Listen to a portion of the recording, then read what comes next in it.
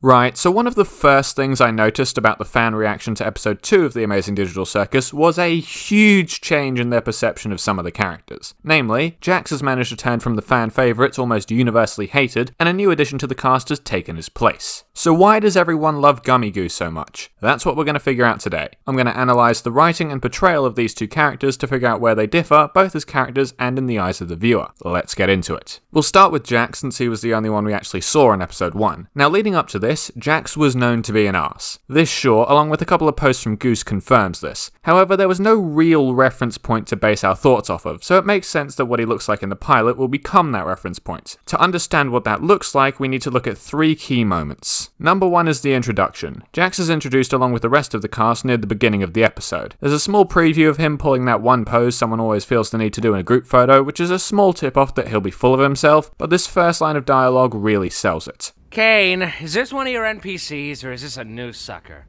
Because if it's a new character, we're gonna have to redo this whole theme song. However, the immediate backtrack to a joke about the theme song may send some mixed signals as to whether he's actually an asshole or just playing the persona for laughs. Almost every line Jax has in this opening segment is structured that way. Horrible comment that shows just how much of a prick he is, then a joke or quippy remark to make up for it or play it for comedy. This trend continues into our next key moment, which is his interaction with Pomni and Ragatha in the bedroom hall. Him having a key to Kaufmo's room isn't extremely alarming, but it does raise a few red flags. Also, I'm just now realizing that this is a trend for Jax. His reaction to finding the abstracted Kaufmo is also completely reasonable and is what all 3 of them should have done. The last thing we need to look at here is his interaction with these two.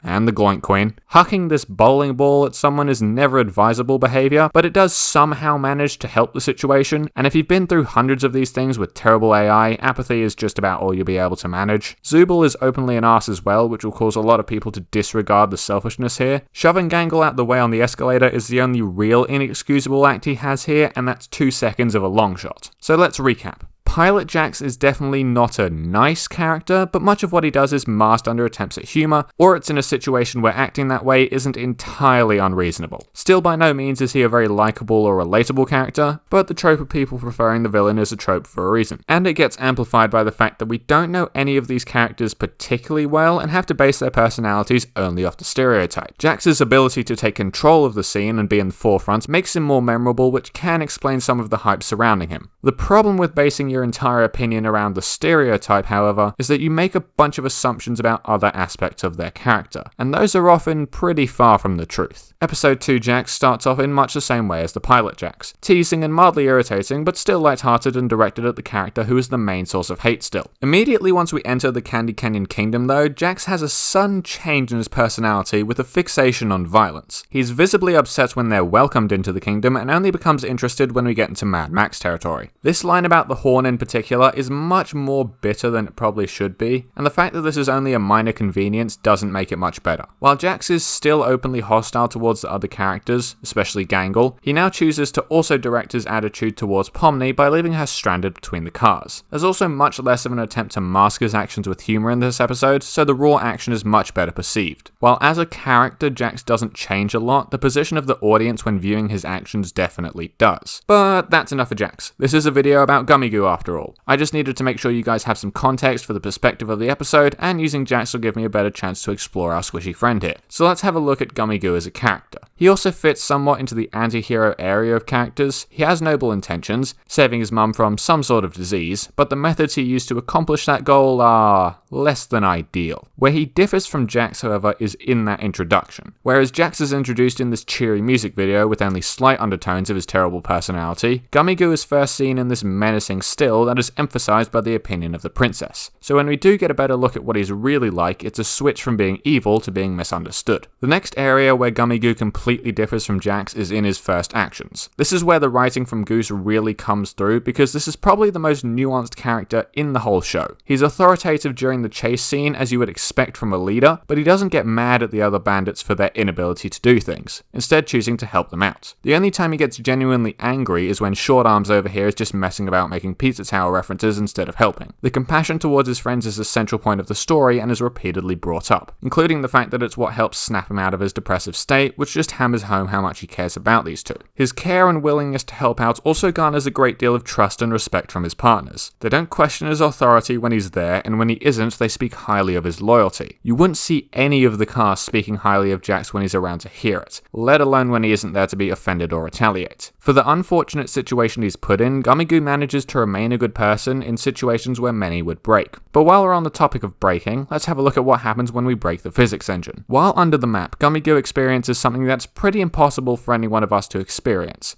Hopefully. So gauging his reaction is always going to be a tall order. That said, what we do see out of him is a pretty well done version of shock, similar to emotional trauma, and it's probably because this would be traumatizing as hell. He's reserved, quiet, serious, and rejects the initial advice from Pomni as he tries to process what's going on. While he recovers from it a little quicker than I'd say would be natural, this reaction shows a distinct humanity that the rest of the cast has been almost entirely lacking. The most equivalent thing to this is Pomni's venture through the door maze in the pilot, but that always felt kind of artificial to me.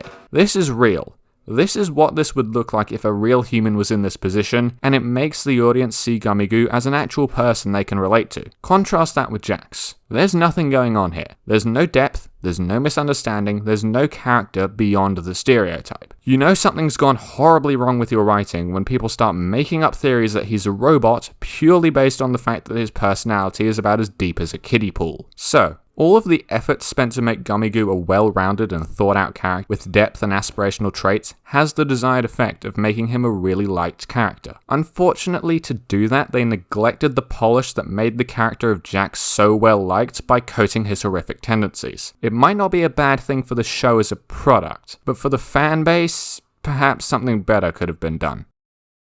Thank you guys for sticking around to the end of the video, and I have a sort of semi-announcement to make. The things that I teased at the end of the last video have not been released yet, not due to them not being ready, but because of an outside influence. I have exams over the next 3 weeks, and as such, won't be uploading as often. That's also why I was pretty much radio silent on Discord and the community page this week. So those will be delayed. If you guys do like these sort of character analysis videos, then let me know down below, or just give the video a like, and I might do some for Murder Drones later. But that's all I've got for today. Thank you all for watching, and have a good one.